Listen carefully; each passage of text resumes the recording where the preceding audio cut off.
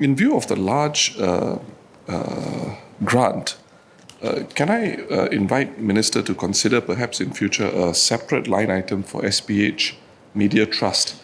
I say this because in view of the funding framework and how the government has stepped into the public service media space, if I can call it that, I think it will be helpful for people to track on an ongoing basis how much taxpayer funding goes into the funding of SPH Media. That's just a suggestion for the ministry. The second point pertains to some of the KPIs that Minister shared, certain KPIs that were met, were not met. At the end of every ministry in the budget book, there's a section on KPIs with key indicators of how the ministry looks upon what services are rendered to the public and so forth. So it would be helpful also perhaps in view of the longer term funding of SPH Media to include some, I would suggest to include some of those KPIs in that KPI section in the budget book, so the public also can be informed of where it is doing well and where it is not. I think it is not entirely up to MCI, to decide how these things are reported in the budget book, because there is a certain convention that the government follows. I thank the member for raising these as possibilities. I think his broader point is that the public would benefit from more information about how these entities are doing, the public service media entities are doing. I think these are very reasonable questions, and we'll have to find more ways of putting information out that is reasonable. I would, however, add, Mr. Chairman, that we can continue to look at things like reach, readership, engagement.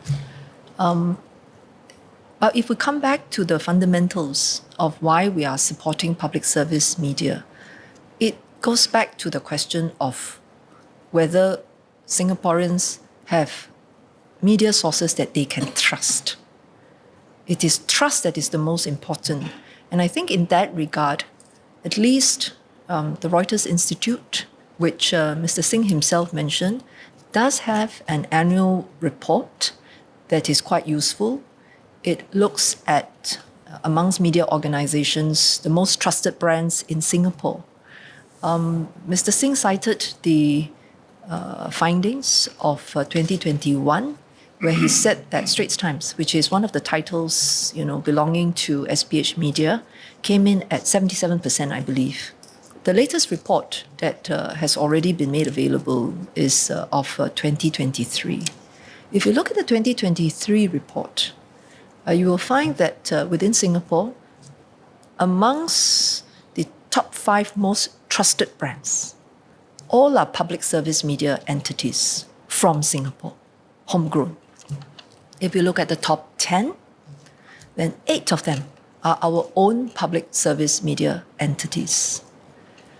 And so if we were to remove our own public service media entities, what we are really left with will be CNN, which is a US company. We're left with the BBC, which is a UK company. And then we are left with Yahoo News. And if you then use that as a lens of thinking about why and how we should continue to resource our own public service media, I think in some sense that beats all the indicators that we can put in place. I'm not saying that those KPIs are not important. I think they have to be continuously evaluated together with other kinds of validation, which Mr. Singh himself highlighted.